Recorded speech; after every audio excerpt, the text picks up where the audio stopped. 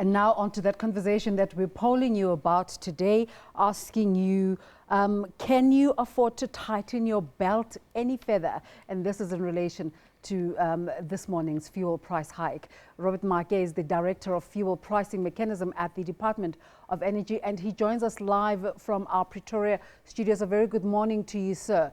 The petrol price is up yet again. Just remind us, how is the price of petrol determined? Good morning and good morning to the viewers. The price of petrol is determined by considering the international factors. That is the price of buying petrol in the international market and bringing it to South Africa, including insurance cost and everything else. And also in considering the local factors, which are your fuel levy, the road accident fund, industry margins, as well as storage and transportation locally. How does this take into consideration demand and affordability? Of course, we always look at the demand and affordability, but also the sustainability of the sector.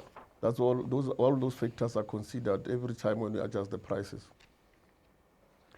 So one of the concerns of consumers right now is affordability. Is this a consideration at all for your department, whether consumers can afford this price increase? And there's reportedly a follow-up one coming up in August.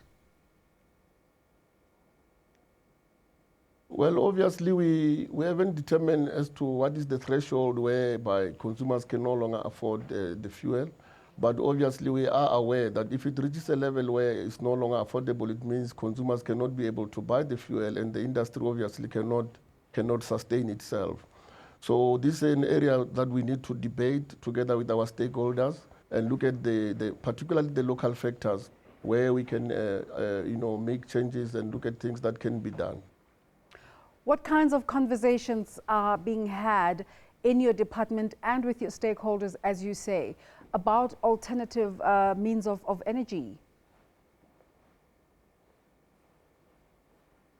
Well, we haven't necessarily had formal discussions at the moment, but we know that there are a lot of alternative sources of fuel, such as electric motor vehicle, LP gas, for example, can be used in motor vehicles and so on. Those developments, we keep ourselves abreast with those developments. Just tell us about the fuel pricing mechanism. How can ordinary consumers interact with it in a way that they fully comprehend how it's done and its implications? Yeah, the best way that we are doing it as a department, we used to have awareness campaigns where we'll go to the different parts of the country where we interact with the public at large and explaining to them how the fuel price is calculated. It's also posted on our website. We also do interviews with different radio stations, try to educate the consumers and particularly the public at large on how fuel price is calculated.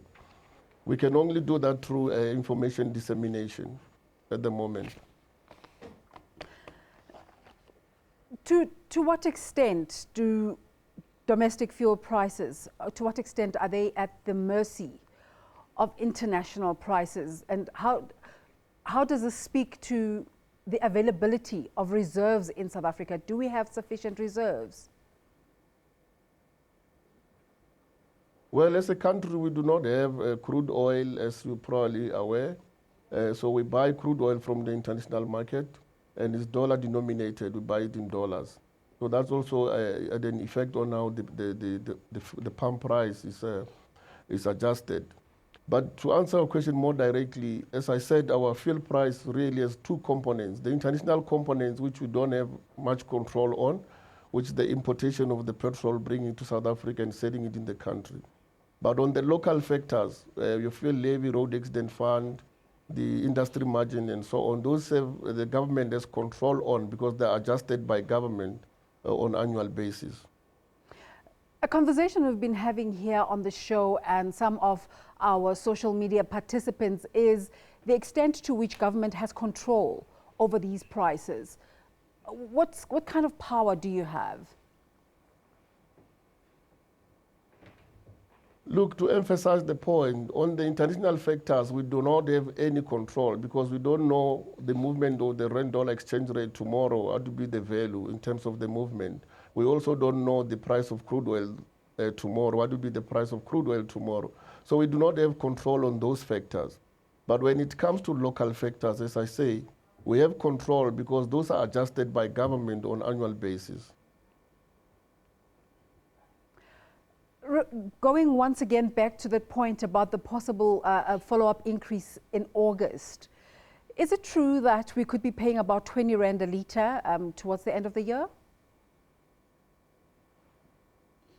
No, I don't know about that. We haven't done any projection from the department. So just as a way of reaching out to the consumers of fuel, how do you have a conversation with them? How do you say to them, we feel your pain? Some of our social media respondents have said, you know, we don't even have a belt to tighten any longer. What do you say to consumers about the continuing fuel price hikes? Yeah, that's also the challenge that I have with myself because I also need to tighten my own belt. The conversation we have with them is always to say to them, let's try to use fuel efficiently, and also all the other energy sources that we have. We must try to use them efficiently and effectively as possible. Where possible, we can use lift clubs. Where possible, use public transport to try to make sure that the fuel that you have can last longer. Mr. Maake, thank you so much for your time. Mr. Robert Maake is a director at the Fuel Pricing Mechanism at the Department of Energy.